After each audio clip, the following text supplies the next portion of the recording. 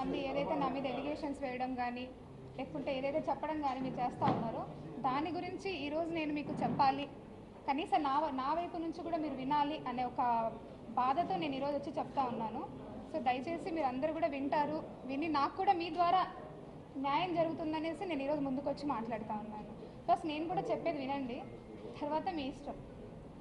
So ఎవరైతే మదన్ మోహన్ మానిపాటి మా డిపార్ట్మెంట్కి వెళ్ళి కంప్లైంట్ చేస్తున్నారో దాని మీద ఈరోజు నేను క్షుణ్ణంగా మీతో మాట్లాడతాను. మా మ్యారేజ్ 2013లో అయింది. నవంబర్ 2013లో పెళ్ళి అయింది మా ఇద్దరికి. ఇది అరేంజ్ మ్యారేజ్. 2013లో పెళ్ళయింది. 2013 నుంచి మేము ఒక 1 year ట్రావెల్ చేసాం. ఆ 1 year ట్రావెల్లో 2 కవల పిల్లలు, నాకు 2 పాపలు. నేను ఇంకా నా లా కంప్లీట్ చేయలేదు అప్పటికి. నేను ఇంకా లాలోనే ఉన్నాను. 2010 నుంచి 2015 వరకు నా లా గ్రాడ్యుయేషన్ నేను కంప్లీట్ చేయాల్సి ఉంది. సో లాలోనే నాకు పెళ్ళి అయింది. సో 2014లో నేను కన్సీవ్ అయ్యాను. 2015లో నాకు పిల్లలు పుట్టారు. ఏప్రిల్ 2015 నా పిల్లలు పుట్టారు. 2015లో మేము ఆగస్టులో ఒకసారి మినిస్ట్రీ ఆఫ్ ట్రైబల్ అఫైర్స్ అని, అందులో మినిస్ట్రీ ఆఫ్ ట్రైబల్ అఫైర్స్ అని ఉంటుంది. అందులో నేషనల్ ఓవర్సీస్ స్కాలర్షిప్ అని ఉంటుంది. ఆ నేషనల్ ఓవర్సీస్ స్కాలర్షిప్ కోసం మదన్ మోహన్ నేను ఇద్దరం కూడా ఇంటర్వ్యూకి వెళ్ళాం. ఆ ఇంటర్వ్యూ అయిపోయిన తర్వాత అందులో అతను సెలెక్ట్ అయ్యారు. ఆ తర్వాత నేను సెలెక్ట్ అవ్వలేదు. ఇండియన్ ఓవర్సీస్ స్కాలర్షిప్ ఎందుకంటే పూర్ పర్సన్స్కి మాత్రమే, ఎస్సీ ఎస్టీ ఎవరైతే ఉంటారో వాళ్ళకి మన స్టేట్ నుంచి, మన గవర్నమెంట్ నుంచి వేరే గవర్నమెంట్కి వెళ్ళడానికి, వేరే గవర్నమెంట్ నుంచి వేరే కంట్రీకి వెళ్ళడానికి ఇచ్చే ఇండియన్ గవర్నమెంట్ వాళ్ళ మీద కొన్ని కోట్లు ఖర్చు పెట్టి చదువుకోవడానికి బయటకు పంపిస్తుంది. ఇది 2013లో కూడా ఆయన వెళ్ళున్నాడు. దానికి ఉన్న మెయిన్ కండిషన్ ఏంటంటే బిలో పావర్టీ ఉండాలి. ఎస్సీ ఎస్టీ వాళ్ళు బిలో పావర్టీ ఉండాలి. అప్పటికే Madan Mohan Manipati central government employee అయినా కూడా ఇంటర్వ్యూకి వెళ్ళాడు నా కోసము. అప్పటికి నేను ఇంకా లా అప్పుడప్పుడే కంప్లీట్ అయినా ఫైనల్ ఇయర్ స్టూడెంట్స్ కూడా అందుకే నేను అప్లై చేస్తున్నా. నేను పోయినాను, నేను సెలెక్ట్ కాలే, ఆయన సెలెక్ట్ అయినాడు. అప్పటికే Madan Mohan Manipati already central government employee, assistant director. So that అది సెలెక్ట్ అయిన తర్వాత ఆ రోజు నుంచి within 2 years of span of టైంలోనే మనం యూఎస్కి ఫ్లై అవ్వాలి, ఎవరైతే కనుక ఎగ్జామినేషన్ పాస్ అయి ఉంటారో. ఆ ప్రాసెస్లో నన్ను పెట్టిన మెంటల్ టార్చరు ఇంకెవ్వరు ఏ అమ్మాయి పడి ఉండదు. నేను చెప్తా ఉన్నా, భార్యగా నేను కాపురం చేశాను కాబట్టి నేను చెప్తా ఉన్నా. మీరెవ్వరు కూడా తెలియదు కాబట్టి మీరు కనీసం వినండి నా వైపు నుంచి. 2016లో ఈ ఎంటైర్ పాన్ ఆఫ్ ద ఎపిసోడ్లో 2016లో నాకు ఖచ్చితంగా ఆయన విడాకులు పత్రం రాశాడు. నేను కూడా రాసిచ్చాను ఆయనకి. ఆ పత్రం మీరు అడగండి, ఇస్తారు ఆయన మీకు. 2016లో మేము ట్రైబ్స్, నేను ఎస్టీ ఎరుకల, ఆయన కూడా ఎస్టీ ఎరుకల, మా ప్రకారంగా మేము రాసుకున్నాం. మా అమ్మ మా నాయన, ఆయనకంటే ఎవ్వరూ లేరు. వాళ్ళమ్మ ఉన్నారు కానీ ఆవిడ కొంచెం మెంటల్లీ సరిగా ఉండరు ఆవిడ. సో ఆయనకంటే ఎవరు లేరు. వాళ్ళ చుట్టాలు ఉన్నారేమో ఆయన అడగండి. నా ఇంటికి ఏ రోజు ఎన్నడూ రాలే, కానీ నా పెళ్ళి మాత్రం పెద్దలకి అందరూ వచ్చి చేస్తున్నారు. తలా ఒక చేయొచ్చి చేస్తున్నారు. తర్వాత ఎవరు పట్టించుకోవాలి. నేను ఎంతోమంది దగ్గర పోయి చాలా మొర పెట్టుకుని ఎవరు పట్టించుకోవాలి, అయిపోయింది. 2016లో విడాకులు ఇచ్చేసినాడు, అయిపోయింది. తర్వాత ఆయన ఎవరో దూరం చుట్టం ఏం కాదు, దగ్గర చుట్టం అవ్వడం వల్ల పిల్లల కోసం మా అమ్మ ఖచ్చితంగా వచ్చేవాడు, పిల్లల్ని చూసుకునేవాడు. అప్పటికి నేను అశోక్ నగర్లో ఒక చిన్న రూమ్లో జేసీజే కోచింగ్కి జాయిన్ అయ్యాను. జేసీజే కోచింగ్ దిగ్విజయ్లో జాయిన్ అయ్యాను. నేను చదువుకుంటా ఉన్నా, జూనియర్ సివిల్స్ ఎగ్జామినేషన్కి నేను చదువుకుంటా ఉన్నా. నా తిండి నేను తింటా ఉన్నా, నా ప్రాక్టీస్ నేను చేసుకుంటా ఉన్నాను. నేను ప్రాక్టీస్ చేసిన నా సీనియర్స్ కూడా, నేను వాళ్ళ పేర్లు చెప్పాల్సిన ఇప్పుడు బాగోదు, బట్ నేను 2 కోర్టులలో ప్రాక్టీస్ చేసేదాన్ని. ఒక రైల్వే కోర్టులో ప్రాక్టీస్ చేసేదాన్ని, సికింద్రాబాద్ కోర్టులో కూడా ప్రాక్టీస్ చేసేదాన్ని. 2 సీనియర్స్ దగ్గర నేను ప్రాక్టీస్ చేసుకుని నేను చదువుకుంటూ నా బ్రతుకు నేను బ్రతికిన. 2018 నోటిఫికేషన్లో ఏపీపీఎస్సీ గ్రూప్ 1 బ్యాక్లాగ్ వేకెన్సీ, ఆ బ్యాక్లాగ్ వేకెన్సీలో నేను ఎగ్జామ్ రాశాను. అప్పుడు నేను జేసీజీ ఎగ్జామ్ రాశాను, at the same time APPSC exam కూడా రాశాను. 2 ఎగ్జామ్స్లో జేసీజీ 0.34 మార్క్స్ ఇంటర్వ్యూ పోయింది. ఏపీపీఎస్సీ వాళ్ళు బ్యాక్లాగ్ వేకెన్సీ కాబట్టి ఇంటర్వ్యూకి పిలిచారు. నాకు దేవుడి దయ వల్ల ఉద్యోగం వచ్చింది. 2019లో మదన్ మోహన్ మానిపాటి ఇండియా నుంచి యూఎస్కి ఫ్లై అయిపోయాడు. 2020లో నాకు ఉద్యోగం వచ్చింది. 2020 ఉద్యోగం వచ్చిన 2 నెలలు 3 నెలలు ఆ ట్రైనింగ్ పీరియడ్లో ఆయన యూఎస్లో ఉండగానే కోవిడ్ వచ్చింది. సో దట్ కోవిడ్ వల్ల మళ్ళీ రిటర్న్ వచ్చారు ఆయన. రిటర్న్ వచ్చిన తర్వాత మాకు కూడా కోవిడ్ వల్ల ట్రైనింగ్ మధ్యలో ఆపేసి ఇంటికి పంపినారు ఒక 1 month. తర్వాత మేలో నా first posting Visakhapatnam, very complicated area. ఆ విషయం మీ అందరికీ తెలుసు. అయినా కూడా ఫ్రెషర్ని తీసుకుపోయి ఆడేసినారు. అప్పుడున్న గవర్నమెంట్ కానీ ఏదన్నా కానీ ఆ గవర్నమెంట్లో మేము వచ్చున్నాము. సో దట్ మేము దానివల్ల మంచిగానే పోస్టింగ్ అనేసి ఎగురుకుంటా పరిగెత్తుకుంటా పోయి 1000 మైళ్ళు హైదరాబాద్ నుంచి విశాఖపట్నం 1000 మైళ్ళు ప్రయాణం చేసి పోయినాం ఉద్యోగం చేసినాము. అందుకే అప్పటికే జ్యుడిషియరీలో ఉన్నాము, ప్రాక్టీస్ చేస్తున్నాం, వెల్ఫేర్స్గా ప్రాక్టీస్ చేస్తున్నాం కాబట్టి ఉద్యోగం బాగానే చేసిన. నాకు తెలిసి నేను ఒక గజం భూమి కూడా విశాఖపట్నంలో ఎప్పుడు వదలలేదు, నిజంగా చెప్తా ఉన్నా. మీరు అట్లాంటిది ఏదన్నంటే నా ప్రొఫెషనల్ లైఫ్ కూడా మళ్ళీ మాట్లాడతాను నేను. అదే మూమెంట్లో 2020 ఎండింగ్లో, అందుకంటే ముందు సుభాష్ గారు అనేసి ఎవరైతే ఇప్పుడు జీపీ రెవెన్యూ అని మా ఎక్స్ జీపీ ఉన్నారో ఆయన నాకు పరిచయం అయ్యారు. ఆ మూమెంట్లో వైజాగ్లో చిన్న ఇన్సిడెంట్ కూడా జరిగింది, మీడియా అందరికీ కూడా తెలిసిందే. పుష్పవర్ధన్ అనే నా కొలీగే, కాకపోతే ఏంటంటే వచ్చి కూర్చున్న సీటు సుపీరియర్ సీట్లో కూర్చున్నారు. ఆయన కార్ పంపించి నువ్వు డిన్నర్కి రామ్మా అని పిలిచినాడు. ఎందుకంటే ఎవరు లేడు కదా, నాకు నేను ముందు వెనక ఎవరు లేరు కాబట్టి రామ్మా అంటే నువ్వు ఎవడరా నన్ను వచ్చేదానికని పోయి వాడి మీద ఇసుక పోసిన కరెక్టే, అది మీ అందరికీ తెలుసు. ఎందుకు పోసినా మీ అందరికీ కూడా తెలుసు. సరే అయిపోయింది. ఆ మూమెంట్లో నాకు చెయ్యి పట్టుకొని నడిచిండు సుభాష్. నా పర్సన్స్ అన్నీ ఆయనకు చెప్పిన, ఆయన పర్సన్స్ అన్నీ నాకు చెప్పినారు. సో మేమిద్దరం ఇష్టపడే పెళ్లి చేసుకున్నాం. అప్పటికి ఆయనకు పెళ్ళి అయింది, ఆ భార్యతో విడిపోయి ఉన్నాడు, ఒక పాప ఉనింది, ఆ పాపను వచ్చి చూసుకొని పోవాలన్నాడు. నేను కూడా బాధ్యత వహిస్తానని చెప్పినాను. సో నా పిల్లల గురించి కూడా ఆయనకు చెప్పిన, నా ఎంటైర్ స్టోరీ ఆయనకు చెప్పిన. ఆయనకు నచ్చింది, నాకు నచ్చింది, మా అత్తకి మా అత్తకి నచ్చింది, మా మామయ్య గారు లేరు, మా వదిన ఉన్నారు, వాళ్ళ ఫ్యామిలీకి నచ్చింది. నేను 2021 వరకు వైజాగ్లోనే ఉన్నా. 2022 నేను విజయవాడ ట్రాన్స్ఫర్ చేయించుకున్నా. ఎందుకంటే అప్పటికే నా పైన రోజు పేపర్లోనే రోజు ఎంత స్ట్రెస్ అంటే ఒక ఆడపిల్లకు ఉద్యోగం చేయడము. ఇంతమంది అబ్బాయిల్లో నేను ఒక్కదాన్ని మాట్లాడుతున్నాను, మీరు అర్థం చేసుకోండి. అంత స్ట్రెస్లో కూడా నేను జాబ్ చేసిన. నాకు ఇంకొద్దు విశాఖపట్నంలో నేను చెయ్యనని రిటర్న్ రాసిచ్చి వచ్చిన. నేను నా ప్రొఫెషన్ కంప్లీట్ కాకుండానే నేను విశాఖపట్నంలో పని చేయలేను ఇంత ప్రెజర్లో అనేసి. అక్కడ ఏం తప్పు చేసినామో నాకు ఇప్పటికి వరకు అర్థం కాలే. ఉద్యోగమే చేసినాం, నేనేం తప్పు చేయలే. సార్ తప్పు చేస్తుంటే నేను పనిష్బుల్ అవుతాను గవర్నమెంట్ ద్వారా. నేను వచ్చిన నా మొగుడు ఇల్లు తీసిండు, నేను సంసారం చేస్తూనే ఉన్నాను. నేను దేవుడు మరి నాకు ఇన్ని కష్టం పెట్టాలని ఏమైనా కన్సీవ్ అయ్యానో నాకు తెలీదు. ప్రెగ్నెంట్ అయ్యాను. నేను ప్రెగ్నెన్సీ వచ్చిన తర్వాత బిడ్డను ఏమైనా చంపుకోగలనా నేను? సరే అనేసి బిడ్డను కూడా నేను ట్రావెల్ చేసిన. మా అత్త సపోర్ట్ చేసింది, వదిన చేసిండు, ఆయన చేసిండు, అందరు చేసిండు. 9 నెలల బిడ్డ నేనే మోసిన, నేనే కన్నా. బిడ్డల్ని కూడా మీరు ఆయన మెసేజెస్ అన్నీ చూపిస్తాను మీకు. నేను ఇంకొకరి భార్య అని తెలిసి, నేను ఇంకొక బిడ్డకి తల్లినని తెలిసి కూడా నన్ను ఎంత హర్రాస్ చేశాడో, సెక్సువల్ హర్రాస్ ఎంత చేశాడో అన్ని చాటింగ్ చూపిస్తాను. నేను మీకు అబద్ధం చెప్పాను, ఎవ్రీథింగ్ చూపిస్తాను.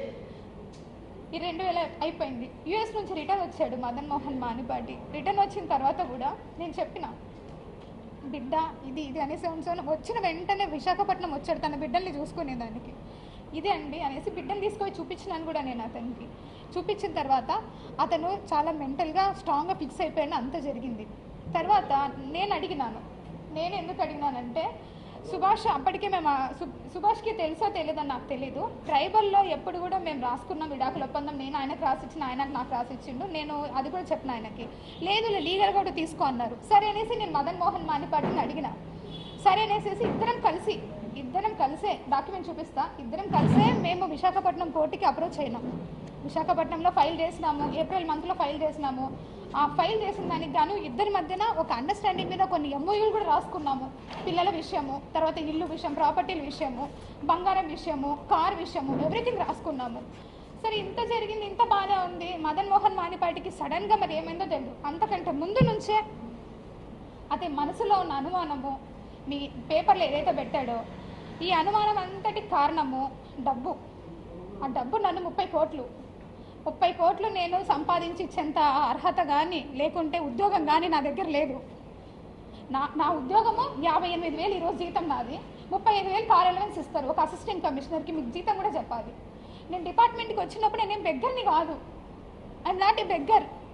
నా దగ్గర నేను మరి బట్టలకు కూడా లేకుండా రాలేదు డిపార్ట్మెంట్కి. నేను అప్పటికి ఫుల్ ఫ్లెడ్జ్గా ప్రాక్టీస్ చేసిన. నెలకి నాకు కనీసం 70,000 జీతం వచ్చి ఉండేది నాకు. నేను చాలా కష్టపడి ఇద్దరు సీనియర్ల దగ్గర వర్క్ చేయడం అంటే అంత ఈజీ కాదు. మీరు ప్రాక్టీస్ చేస్తే మీ ఎవరినన్నా చేస్తుంటే మీకు అర్థమవుతుంది. నెలకు 70,000 ఈజీగా ఎంత తిన్నా, ఎంత పడేసుకున్నా 20,000 కంటే ఎక్కువ ఖర్చు అవ్వదు. 50,000 ఏం చేసుకుంటాను ఆడపిల్లని? ఎప్పుడూ దాచుకునేదాన్ని, బంగారం కొనుక్కునేదాన్ని, బట్టలు కొనుక్కునేదాన్ని. ఎందుకంటే అప్పటికే మదన్ మోహన్ మానిపాటి ఆయన ఆల్రెడీ సంపాదిస్తూ ఉన్నాడు, నేను ఎవరికి పెట్టుకునే పని లేదు.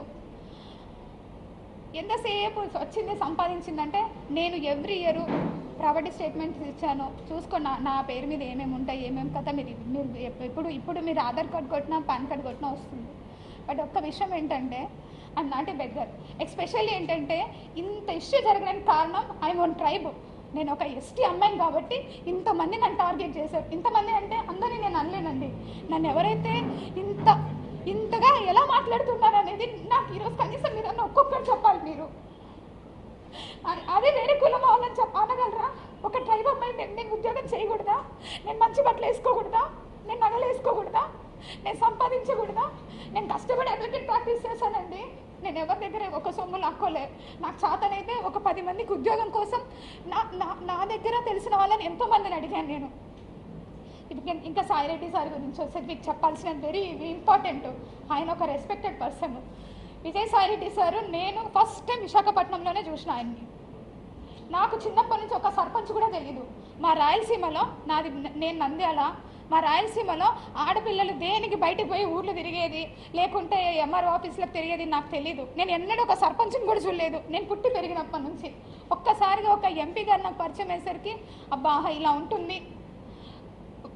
ఒక ఉద్యోగము అంటే చాలా చామింగ్గా చేశాను దాన్ని, చాలా ఛాలెంజింగ్గా చేశాను. నేను ఫస్ట్ పోస్టింగ్ కదా ఎగిరి చేసినాను మేము. సో నేను సార్తో ప్రేమ సమాజం అనే ఒక ఇన్స్టిట్యూషన్ ఉంది, అది ఎన్విరాన్మెంట్ డిపార్ట్మెంట్లో పబ్లికేషన్ అయి ఉంది. సెక్షన్ 6C అంటే ఒక అసిస్టెంట్ కమిషనర్ కంట్రోల్లో ఉన్న ఇన్స్టిట్యూషన్ అది. ఆ సమాజంకి 30 ఎకరాల ల్యాండ్ ఉంది. ఆ ల్యాండ్ అంతా కూడా బీచ్ రోడ్లో ఉంటుంది.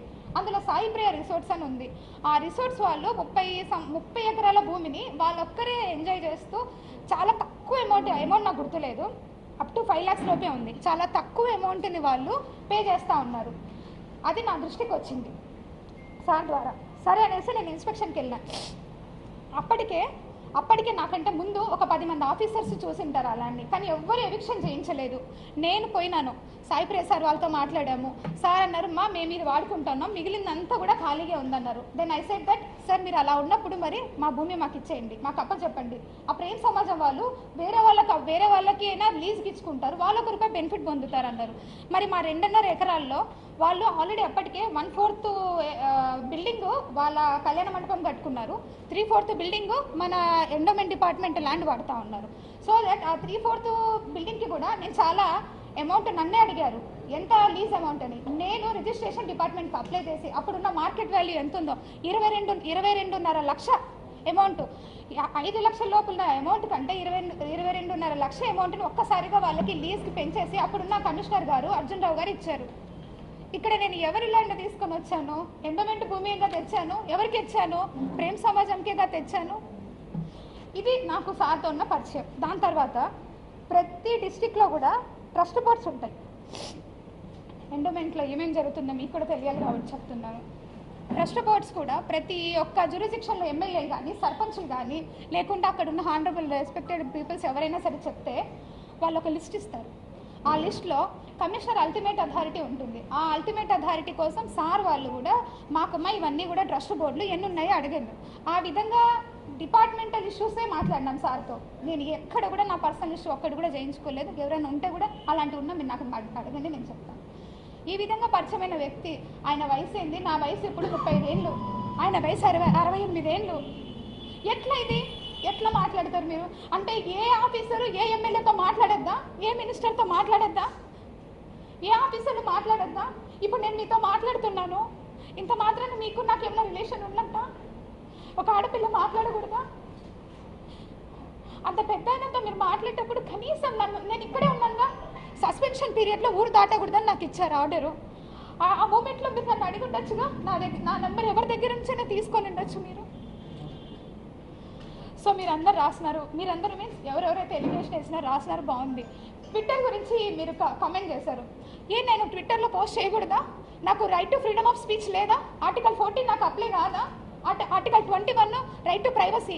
నా ప్రైవసీని అంతా తీసుకెళ్ళి ఈరోజు మీరు కొంతమంది మీడియాలో పెట్టారు. అది ఎంతవరకు న్యాయం? నా ప్రైవసీ, మీది కాదు. నాకు రైట్స్ లేవా? కాన్స్టిట్యూషన్లో వచ్చిందే ఎస్సీ ఎస్టీ కోసం, కాన్స్టిట్యూషన్లో వచ్చిందే ఎస్సీ ఎస్టీ కోసం. అది ఈరోజు డివేట్ అయిపోతా ఉంది. ఒక గవర్నమెంట్ ఆఫీసర్ మాట్లాడకూడదా? మేము ఏం తప్పు మాట్లాడుతున్నాను? నేను ఏమన్నా ప్రొఫెషనల్ ఏమైనా తప్పు చేశానా?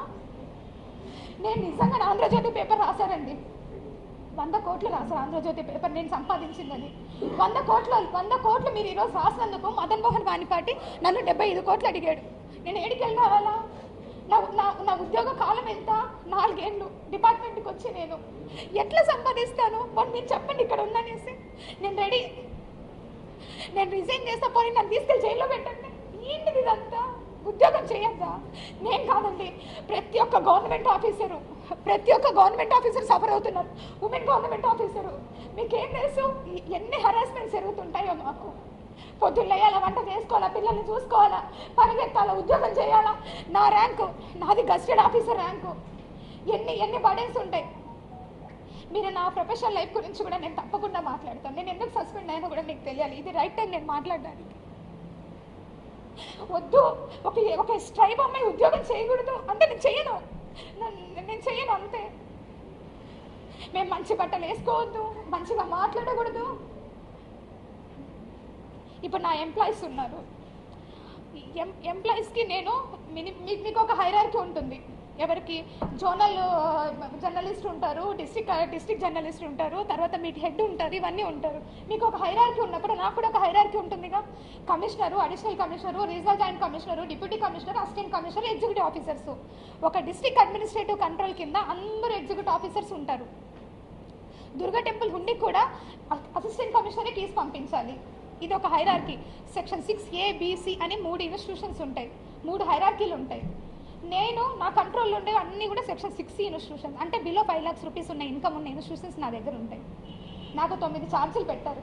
ఆ 9 ఛార్జీల్లో ఒక ఛార్జీ నెంబర్ 5 మాత్రమే నాకు సంబంధించింది. మిగిలిన 8 ఛార్జీలు సెక్షన్ 6Aకి సంబంధించినవి, అంటే రీజనల్ జాయింట్ కమిషనర్ కంట్రోల్లో ఉంటాయి. సెక్షన్ 6B ఒక డిప్యూటీ కమిషనర్ కంట్రోల్లో ఉంటాయి. సెక్షన్ 6D మఠం కమిషనర్ కంట్రోల్లో ఉంటుంది. నాకేమి లీజ్ అమౌంట్ కలెక్ట్ చేసుకొని బ్యాంకులో వేసే అథారిటీ నాకు ఉండదు. I'm the supervising officer. The assistant commissioner is a district supervising officer. ఎక్కడైనా థెఫ్ట్ జరిగినా ఇమీడియట్గా పోయి నేను యాక్షన్ తీసుకొని దాని మీద కేసు ఫైల్ చేసేసి నేను కమిషనర్కి రిపోర్ట్ చేయాలి. ఎవరైనా ఎంక్రోచ్మెంట్ జరిగినా నేను చేయాలి. ఎవిక్షన్ నేను చేయించలేదని నాకు ఛార్జ్లో పెట్టారు. విశాఖపట్నంలో 1200 కోట్ల భూమిని తెచ్చి కలిపాను నేను ఎండోమెంట్ డిపార్ట్మెంట్లోకి. ఎన్ని ఎవిక్షన్స్ చేయించామో, ఎన్ని కొట్టేసినామో మీకే తెలుసు. అన్ని కాపాడిన వాళ్ళని ఇక్కడ చేయలేక కాదు. పుచ్చవారి చౌల్ట్రీకి కాంగ్రెస్ పార్టీ ఆఫీస్ ఉన్నది, అది మీకు కూడా తెలుసు. దాని వెనకాల చాలా ల్యాండ్స్ ఉన్నాయి. నేను ఎవిక్షన్కి పగడబందీగా అన్నీ రెడీ చేసుకున్నాను. నేను అప్పుడున్న మినిస్టర్ గారు ఆగమన్నారు, ఆగాం. మొన్న కూడా ఎవిక్షన్ పెట్టాం, ఎమ్మెల్యే గారు ఆగమన్నారు, ఆగాం. ఇంకేం తప్పు చేశాను నేను పని చేయగలనా? నా దగ్గర పని సామర్థ్యం లేదా? పర్సనల్ విషయాలు, ప్రొఫెషనల్ విషయాలు అన్నిట్లో సఫర్ అవుతున్నామండి. బిడ్డ ఉంది, చంటి బిడ్డ ఉన్నాడు. అట్లీస్ట్ బిడ్డ చూసుకోవడానికి కూడా టైం లేదు నాకు. మీరు అనుకుంటున్నారు ఫీల్డ్ ఆఫీసర్ నేను. పొద్దున్న పోతే సాయంత్రం ఎప్పుడో 10ంటికి 11 గంటలకు వస్తా. ఏమన్నంటే అటిట్యూడ్గా మాట్లాడుతుంది అంటే ఎక్కడండి అటిట్యూడ్? నేను పెట్టానండి ఆస్క్ త్రూ కోర్ట్ అని నేను పెట్టాను. అతను డబ్బులు అడిగినప్పుడు ఆస్క్ త్రూ కోర్ట్ అని పెట్టాను. So now it is over. ఆయన నన్ను ఏం హరాస్ చేస్తున్నాడో ఏంటో ఓవర్. ఇప్పుడు నేను సుభాష్తోనే ఉన్నాను అనడానికి మీకు ఇది ఒక ప్రూఫ్. ఇది రీసెంట్గా బాబుకి ఒక ఫోటో షూట్ చేయించాం మేము.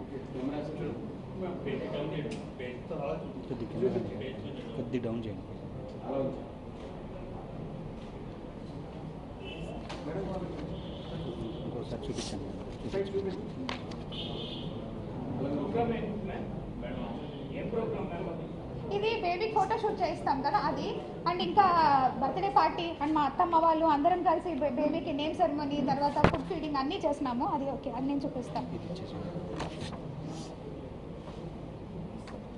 మేమిద్దరము కోర్టులో ఫైల్ చేస్తున్నాం కదా,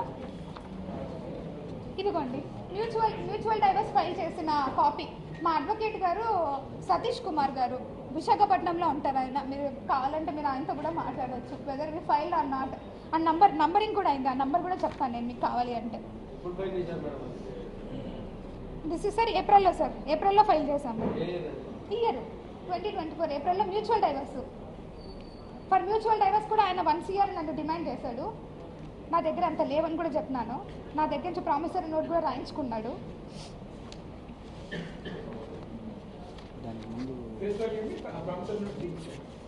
2 years కదా sir promissory note, face value 2 years, మీకు తెలిసిందే. 50 lakhs rupees.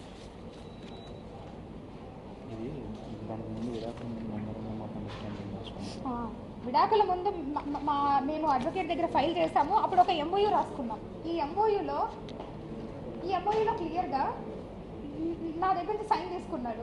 బేబీ నా బేబీ కాదు, నువ్వు సెకండ్ పార్టీ అంటే ఎవరైతే వేరే పార్టీతో నువ్వు బేబీని కన్నావు అని రాయించుకున్నాడు. నేను రాశాను, ఎందుకంటే నేను తప్పు చేయలేదు కాబట్టి నేను ఒప్పుకొని నిజం రాశాను ఇందులో. తర్వాత కార్ గురించి మాట్లాడాడు. కార్ కూడా at the time of order degree అప్పుడు నేను ఇస్తానని చెప్పాను, అది కూడా రాశాడు. తర్వాత పిల్లల జ్యుడిషియల్ కస్టడీ గురించి రాశాడు. ఒక పాప నేను చూసుకునేలాగా ఫైనాన్షియల్ అసిస్టెన్స్. కానీ ఇద్దరు కవల పిల్లలు కాబట్టి విడగొట్టలేను కాబట్టి ఇద్దరిని ఒక చోట పెట్టాలి. నా డిమాండ్ అదే ఉండే ఆయన దగ్గర. నేను డిమాండ్ చేసిందల్లా పిల్లల కోసం ఒకటి వాళ్ళిద్దరు కూడా ఒకే చోట ఉండాలని డిమాండ్ చేశాను.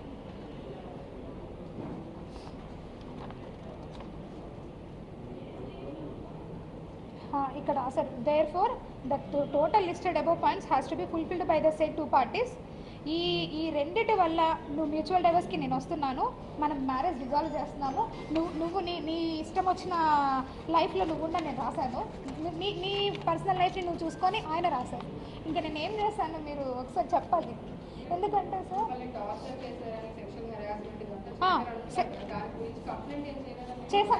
చేశాను నేను మదన్ మోహన్ పైన ఇది కాదు సార్, ఇక్కడ ఉన్నాయి.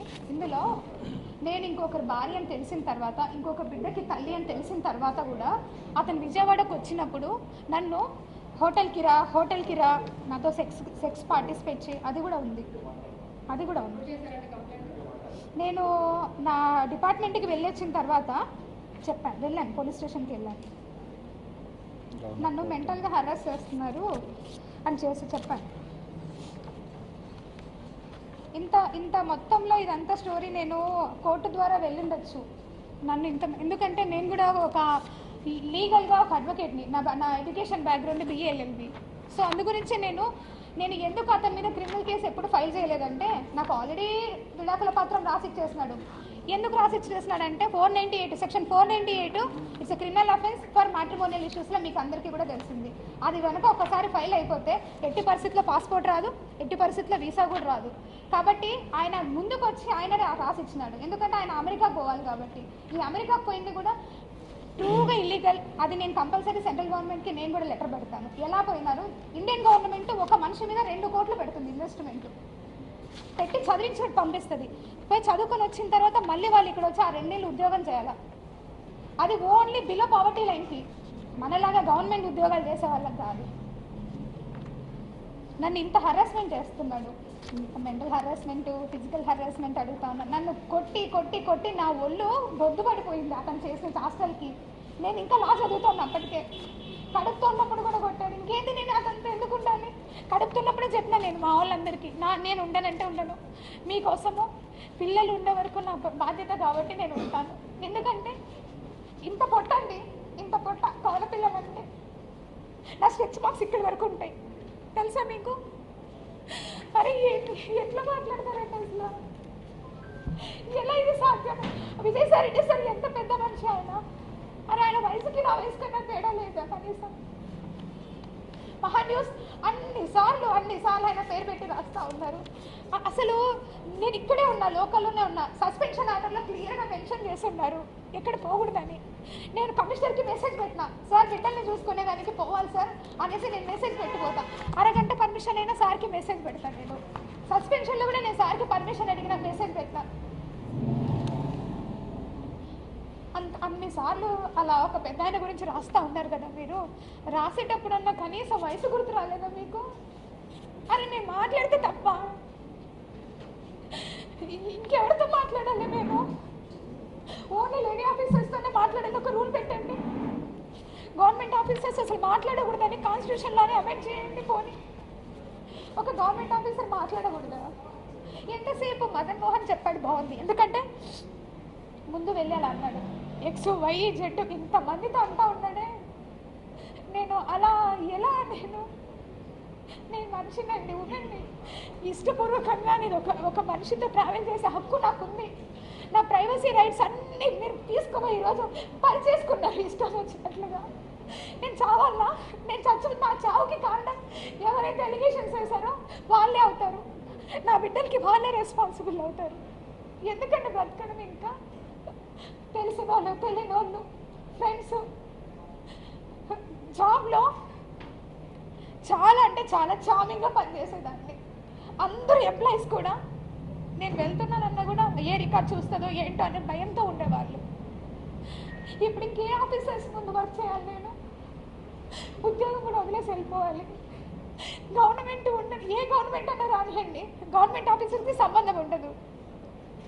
ఇప్పుడు మళ్ళీ రీఇన్స్టేట్ చేస్తారు.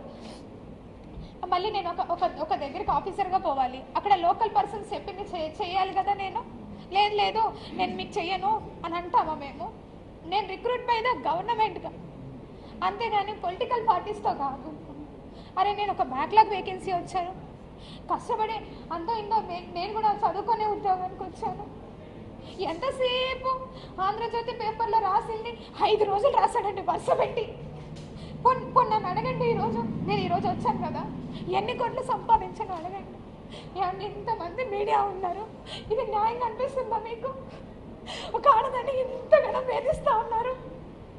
అరే మీకు వరుస లేదు, ఏజ్ లేదు, ఎవరితో పడితే వాడితో అని మాట్లాడుతున్నా కూడా ఒక్కరు ఖండించలేదు అంటే మీరు? నేను అడుగుతాను, ఇంతమంది అబ్బాయిని ఇదే మీ ఇంట్లో ఆడబిడ్డకి ఎవరికో జరిగితే ఊరుకుంటారా?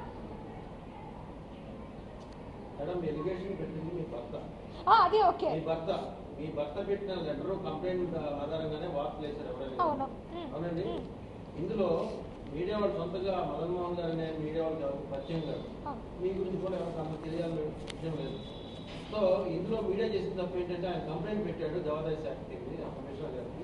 ఆయన కంటెంట్ ని చెప్తే ఎలా తప్పవుతుంది? ఇప్పుడు మీరు చేశారంటే మంచివాళ్ళు పెద్ద అంటున్నారు మీరు, అంటే ఓకే చెప్పుకోవచ్చు ఇష్టం. కానీ ఇందులో మీడియా తప్పు ఏంటంటే, ఇందులో మీడియా ఏం వక్రీకరించింది, అందులో ఏమైనా విషయాలు వక్రీకరించింది ఏమన్నా విషయం చెప్పండి. నేను మాట్లాడతాను. నేను ఇక్కడ లోకల్లోనే ఉన్నాను. ఒక ఎలిగేషన్ వచ్చినప్పుడు మీకు మినిమంలో రైట్ ఉంటుంది. అరే ఒకసారి మాట్లాడదాము, ఒక గవర్నమెంట్ ఆఫీసర్ కదా, ఒక లేడీ కదా. Media, we have a judiciary sir. And Indian గవర్నమెంట్కి కానీ any government, any state, any కంట్రీకి ఒక జ్యుడిషియరీ సిస్టమ్ ఉంది.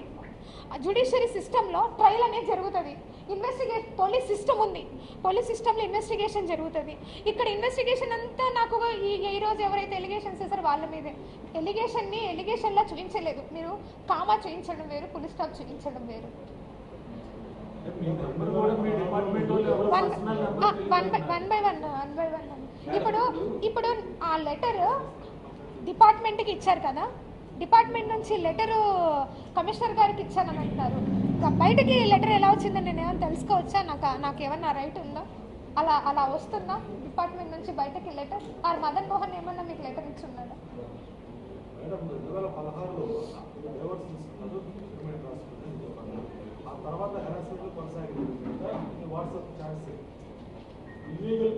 మీ హస్బెండ్ ఎవరైతే అన్నారో అతను వాట్సాప్ చాట్స్ లో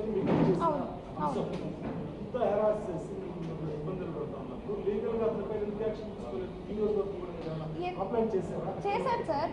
ఎప్పుడు అంటే ఇన్ని రోజులు నా ఇద్దరు బిడ్డల కోసమే నేను అతన్ని అడుక్కొని, ఎందుకంటే ఇద్దరు ఆడపిల్లలు సార్. నాకు ఒక బిడ్డలు ఉంటే సరే ఒక షర్ట్ ఒక ప్యాంట్ వేసి వదిలేసి ఉండొచ్చు.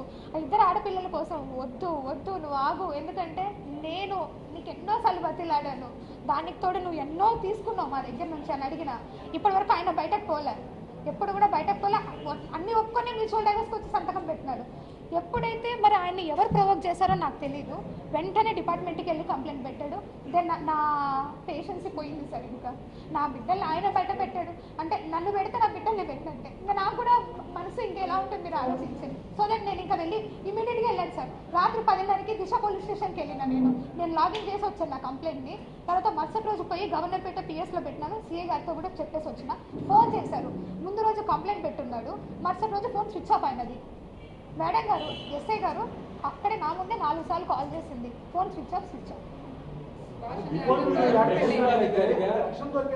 అధికారిగా ఒక రాజకీయ నాయకుడు అంటే ఒక విజయసాయి ఆయన పోస్టింగ్స్ కి మీరు ఎలా రెస్పాండ్ అవుతారు? ట్విట్టర్లో సార్ పోస్ట్ చేశారు, సో దట్ నేను సార్కి రిప్లై ఇచ్చున్నాను. మీరు ఏదో కొన్ని పెట్టున్నారంట, అది నేను ఒకసారి చూసుకోలేదు ఇప్పటి వరకు, మళ్ళీ చూసుకున్నాను. నిన్నటి నుంచి కంటిన్యూగా నేను పెట్టకూడదా, మాట్లాడకూడదా అంటే ప్రభుత్వ ఉద్యోగం అయితే ఫ్రీడమ్ ఆఫ్ స్పీచ్ నాకు లేదా? సర్వీస్ రూల్స్ ప్రకారంగా సారు అక్కడ ఏదైతే చెప్పున్నారో నేను ఒకసారి మీరు అది చదివితే నేను దాన్ని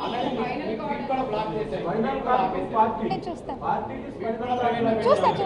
ఆయన అడిగారు కాబట్టి ఒక్కసారి నా ఫోన్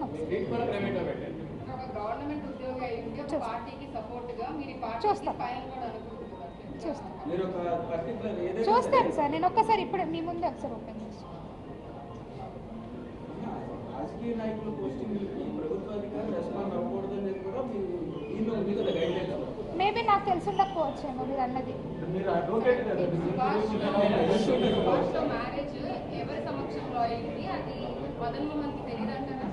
మదన్ మోహన్కి తెలియదండి, తెలీదు. మదన్ మోహన్ తెలీదు. లేదు, నేను మ్యూచువల్ డైవర్స్ ఫైల్ చేశాను కదా సార్.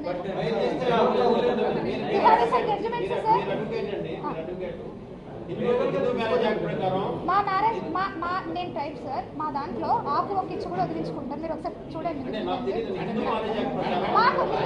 సార్. అది నేను ఇప్పుడు మీరు ఏదైతే అన్నారో మా మ్యాట్రిమోనియల్ గురించి, అది కోర్టు ద్వారా వెళ్తాను సార్. నేను కోర్టు ద్వారా ఆన్సర్ చేస్తాను.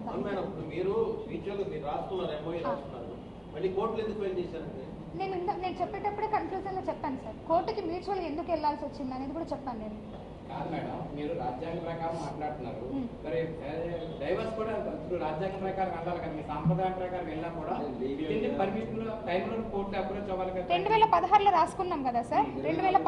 2016 డిసెంబర్ ఎండింగ్లో రాసుకున్నాం, అంటే 2017 నుంచి అనుకోండి. 2019లో ఆయన ఫ్లై అయినాడు. ఆ 2 ఏళ్లలో పిల్లలు ఉన్నారు కాబట్టి ఆయన కంపల్సరీ పిల్లలకు చూసుకోవాలి. నేనైతే ఎలాగో కంప్లీట్గా పక్కకే ఉన్నాను, నేనేం ఆయనతో కలిసి ఏం లేను. మీరు అశోక్ నగర్లో వెళ్ళి ఎంక్వైరీ కూడా చేయొచ్చు. నేను ఆ పీరియడ్లో ఏమైనా కలిసి ఉంటే మాత్రం అతనితో ఆయన చెప్తాను. నేను దాన్ని ఇప్పుడు సార్ అడిగినట్టుగా డైవర్స్, మ్యూచువల్ డైవర్స్ ఏదైతే అన్నారో దాన్ని నేను కోర్టులో ఛాలెంజ్ చేస్తాను. ఖచ్చితంగా కోర్టులోనే అడుగుతాను నేను.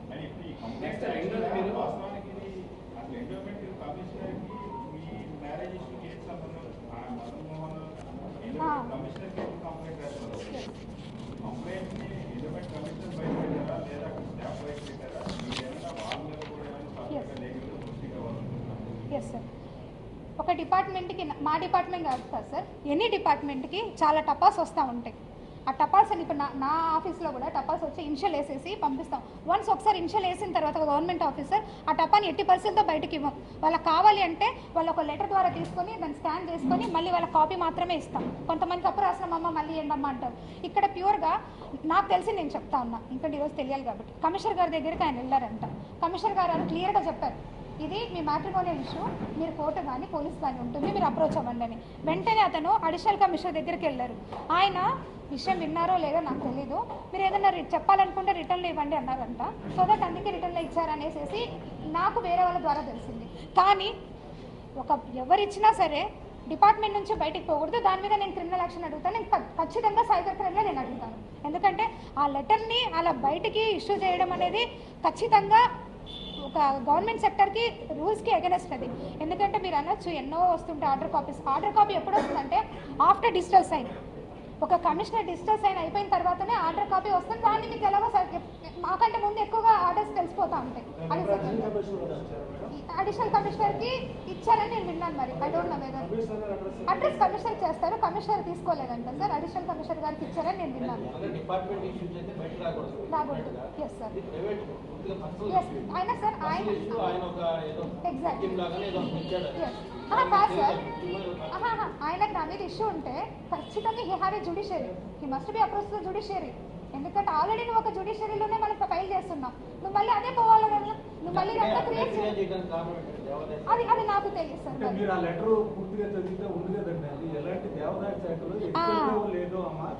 అనైతికల్ పర్సన్స్ Yes. డిపార్ట్మెంట్ అలా అది అడిగినాడు సార్ లాస్ట్లో అడిగినారు సార్.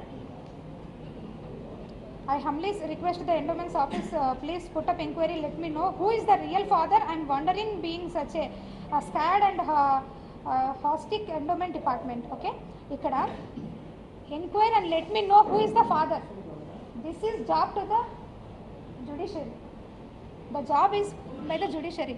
నేను ఒక నిమిషం నన్ను చదవనియండి. అక్కడ అతను ఆ లెక్కలో ఇలాంటి డిపార్ట్మెంట్ లో ఇది ఒక పవిత్రమైన డిపార్ట్మెంట్ లో ఒక అనెథికల్ పర్సన్ ని ఎలా ఉంచారు అనేది అతను ఎలిగేషన్ చేస్తూ ఒకవేళ ఇది ఎథికల్ అయినప్పుడు ఆవిడ ఆ తండ్రి కాదంటున్నాడు కదా బిడ్డ ఎవరు కాదండి అని అది యాస్పెక్ట్ లో కమిషనర్ గారు దీనికి జ్యూరిస్డిక్షన్ సార్ తేల్చడానికి అక్కడ వరకు మీరు అది మరి ఎథికల్ కాదని నేను మీకు అడుగుతున్నాను సార్. కమిషనర్ గారు కాదు కదా, మీరు అడిగారు కాబట్టి ప్రతి ఒక్కరికి సరే సార్, ప్రతి ఒక్కరికి ఛాన్స్ ఉంది ఎవరికైనా అడగడానికి. మీ కుల సంఘం ప్రకారమే మేము డైవర్స్ తీసుకున్నాం అంటారు. అంటే మీరు ఇన్ని రాజ్యాంగం చట్ట ప్రకారం తీసుకున్నారు, అప్పుడే మీతో డైవర్స్ చేసుకోవచ్చు. నేను ఆయనకు రాసి ఇచ్చిన, ఆయన నాకు రాసి ఇచ్చినాడు సార్. అది మనం కోర్టులో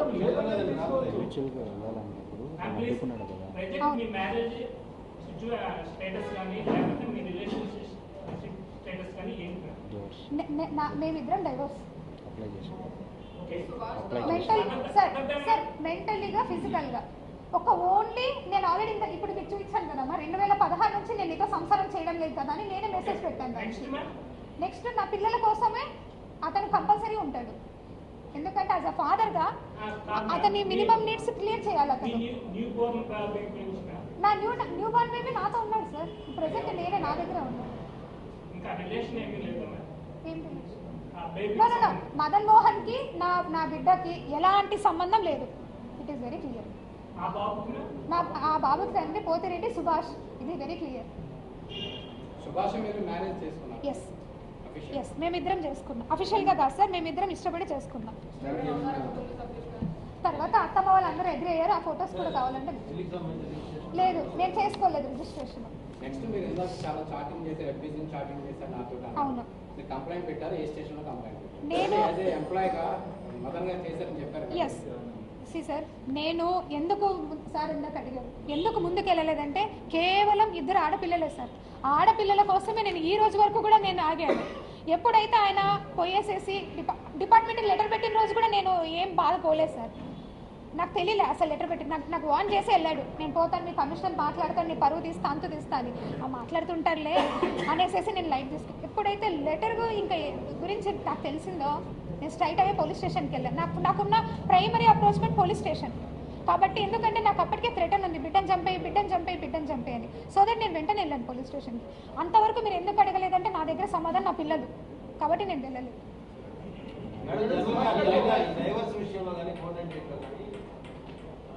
ఎవరైతే భార్యకి భర్త భరణం చెల్లించుకోవాలి, మిమ్మల్ని ఆయన 30 కోట్లు డిమాండ్ చేశారు. 50 లక్షల డిమాండ్ కూడా 30 కోట్లు ఈయనకి ఓన్లీ డెఫినెట్గా 30 కోట్లు ఎందుకు అడుగుతున్నాడంటే అతనికి ఎవ్వరూ లేరు. అతని సంపాదన అంతా కూడా 1 లక్ష రూపాయల జీతం మీదనే. ఆ 30 కోట్లు కూడా విజయసాయిరెడ్డి గారి పేరు పెడితే ఆయన దగ్గర నుంచి నాకు వస్తాయని ఆశతో ఖచ్చితంగా ఆయన రాశాడు. ప్రతి చాటింగ్ లో కూడా విజయసాయిరెడ్డి గారి పేరే రాశాడు. అరే నా పిల్లలు ఉన్నారు సార్, నాకు దేనికి రాయాలి సార్? నేను ఆల్రెడీ మేమిద్దరం కలిసి మ్యూచువల్ డైవర్స్ కూడా వేసినాం సార్.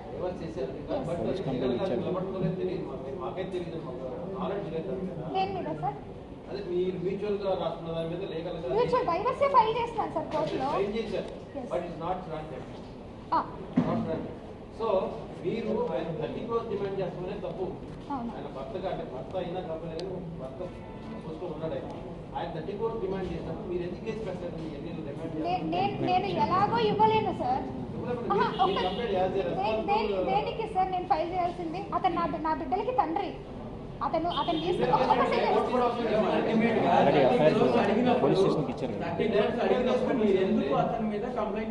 నాకు కంప్లైంట్ చేయాల్సిన అవసరం అనిపించలేదు, ఎందుకంటే అతను నా బిడ్డలకి తండ్రిగా ఉన్నాడు. నేను ఈ రోజు కూడా మదన్ మోహన్ మీద కంప్లైంట్ చేయడానికి నేను రాలేదు. కేవలము ఇంకా ఇది ఎక్స్ట్రీమ్ స్టెప్ అయిపోయిన తర్వాత ఆయన ఇంకా వద్దు అని అనుకున్న తర్వాత నేను ముందుకు వచ్చి నేను మాట్లాడతాను.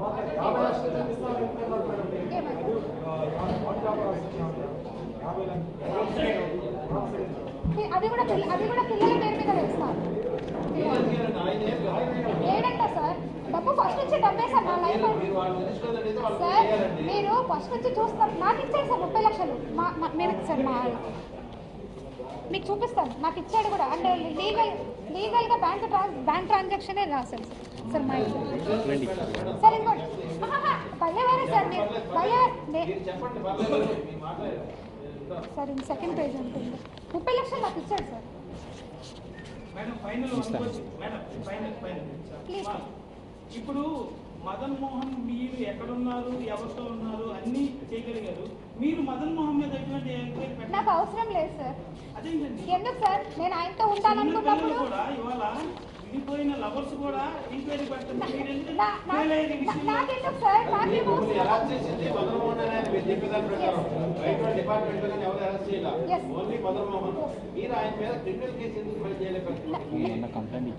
నేను మొన్న ఇచ్చాను సార్. ఆయన బయటకు వచ్చి ఇప్పుడు అంతవరకు ఆయన నా గురించి ఏమైనా బయటకు వచ్చాడా?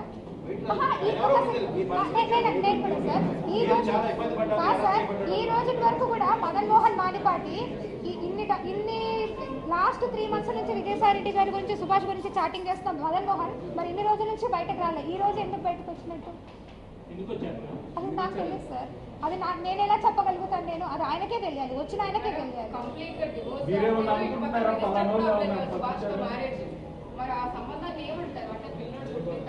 That will be, I will ask you to the source. అమ్మా మీరు లివింగ్ రిలేషన్ గురించి, అడల్టరీ గురించి అమ్మ మీరు ఒకసారి చూడండి. లివింగ్ రిలేషన్ గురించి, అడల్టరీ గురించి supreme court is also given a judgements and article 14 hopefully ఉండొచ్చు సార్. నేను చెప్తాను. మదన్ మోహన్ మానిపాటి వెనకాల నా స్నేహితుడు ఒక అతను ఉన్నాడు. అతని పేరు రమణారావు అలియాస్ రామ్. ఇతను ఇటు సుభాష్కి పెట్టిగా స్పైగా ఉన్నాడు, అటు అతనికి స్పైగా ఉన్నాడు. ఐ డోంట్ నో మరి ఎందుకు అతను ఏం ఎక్స్పెక్ట్ చేసి నన్ను ఇంత, ఎందుకంటే నా ప్రతి మూమెంట్, నేను ఇక్కడెక్కడో విజయవాడ తాడేపల్లిలో ఉంటున్నా, ఆయప్ప హైదరాబాద్లో ఉంటాడు. ఇక్కడ ఏం జరుగుతూ ఉంది, ఏం కథ అనేది ఈచ్ మూమెంట్ నేను ఏ రోజు ఎన్ని గంటలకు బయలుదేరిపోతా ఉన్నానో కూడా ఆయప్పకు తెలిసిపోతా ఉంది. నా ఇంటికి మా ఆయన ఎన్ని గంటలకు వస్తూ ఉన్నాడో కూడా ఆయప్పకు తెలిసిపోతా ఉంది. నన్ను మెసేజ్లు అన్నీ పెట్టాడు, వచ్చాడు వాడు అనేసి మళ్ళీ మెసేజ్లు ఇవన్నీ కూడా చేస్తూ ఉన్నాడంటే you have a good spy here. ఇంత ఇంత ఇంత రౌండ్ సర్కిల్లో నా లైఫ్ అనేది లీడ్ అయింది. అది మీరు అర్థం చేసుకోండి. I don't no sir. ఇప్పుడే చూసారు కదా మీరు మెసేజ్. ఎవరికి రామ్ గురించి మాట్లాడుతున్నారా ఏమో, మరి ఏముండొచ్చో నాకు తెలియదు. నేను ఎలా చెప్తాను సార్? ఉండొచ్చేమో, నాకు ఎలా తెలుస్తుంది? వాళ్ళ ఇంటెన్షన్స్ ఏమున్నాయి నాకు ఎలా తెలుస్తుంది? సరే ఇదిగోండి 30 లక్షలు నాకు ఇచ్చాడు.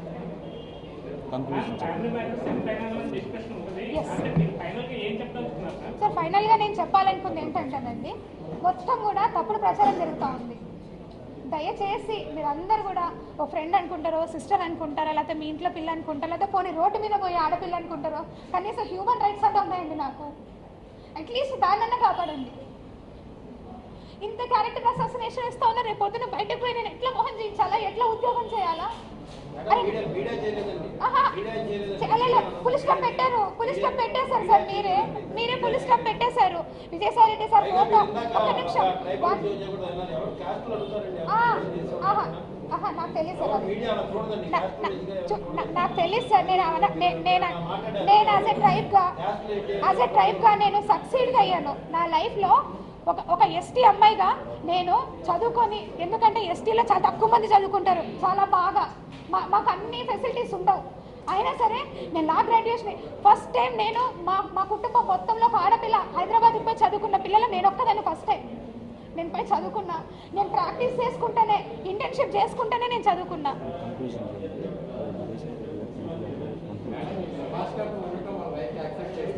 అది అది అది అది నా ప్యూర్ పర్సనల్ సార్. నాకు సుభాష్తో కనుక ఏమైనా ఇష్యూ ఉన్నా, సుభాష్కి నాతో ఏమైనా ఇష్యూ ఉన్నా నేను కోర్టు అప్రోచ్ అవుతాను. దయచేసి సుభాష్ గురించి అయితే మాత్రం నేను మాట్లాడడానికి రాలేదు. ఎందుకంటే నా రిలేషన్ని ఉన్నాయి చూపించాను సార్. నా రిలేషన్ని బ్రేక్ చేసుకోవడం నాకు ఇష్టం లేదు. ఎందుకంటే నాకు ఒక బిడ్డ ఉన్నాడు, బిడ్డకి తండ్రి కావాలి. దయచేసి మీరు అర్థం చేసుకోండి. ఎంటైర్ ఎపిసోడ్లో నేను ఒకటే చెప్పాలనుకున్నాను సార్. విజయసాయిరెడ్డి సార్ పెద్ద మనిషి, నాకు ఆయనకి వయసు ఎంత తేడా ఉందో మీ అందరికీ తెలుసు. ఒక తండ్రి లాంటి స్థానంలో ఉన్న ఆయనతో మీరు దయచేసి 2 చేతులు ఎత్తి మొక్తా ఉన్నాను.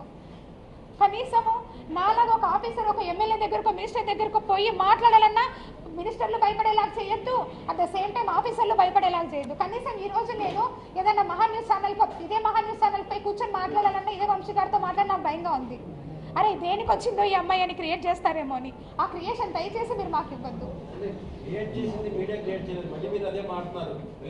నేను అలా అనట్లేదు సార్. సార్ నేను అలా అనట్లేదు sir.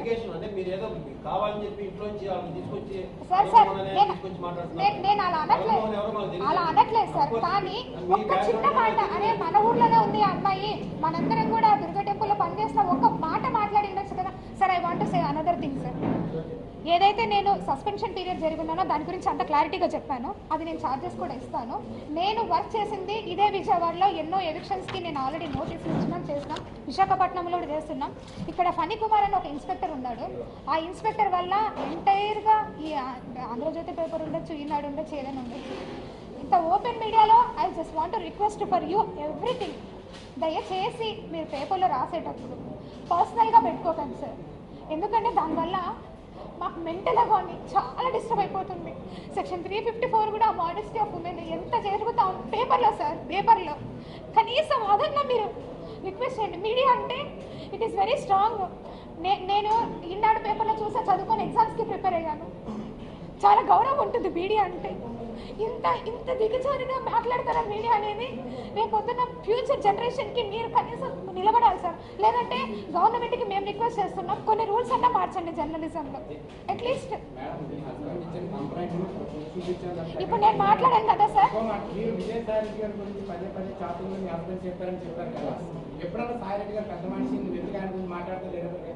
N number of times sir, n number of times chatting.